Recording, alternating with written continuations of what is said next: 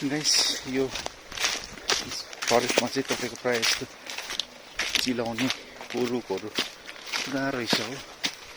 तपाईँको यसको scientific name सिमिया वालिचाए भन्छ हो। यो चाहिँ हाम्रो सिक्किममा चाहिँ कमनली पाउने ट्री स्पिसिस हो है।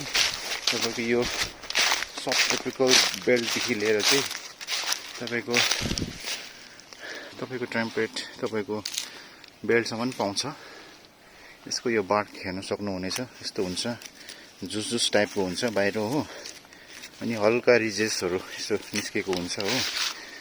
अनि यसको चाहिँ प्रायः जस्तो युजेसको कुरा गर्दाखेरि चाहिँ फायरवुडमा चाहिँ यसको पुरा युज गर्छ है।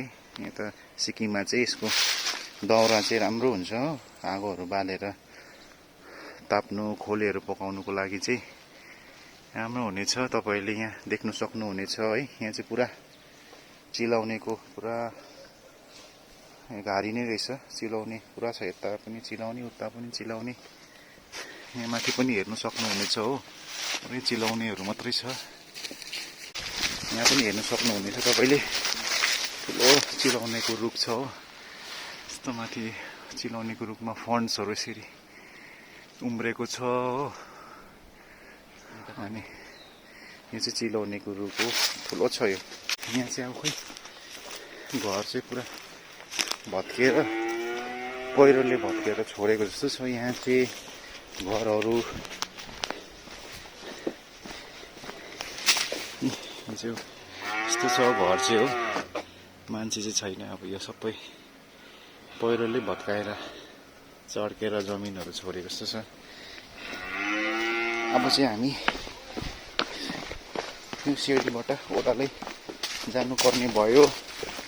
यहाँ गाई देख्न सक्नुहुनेछ, गाई र बाछा गोठ हो यो। केराको बोटहरू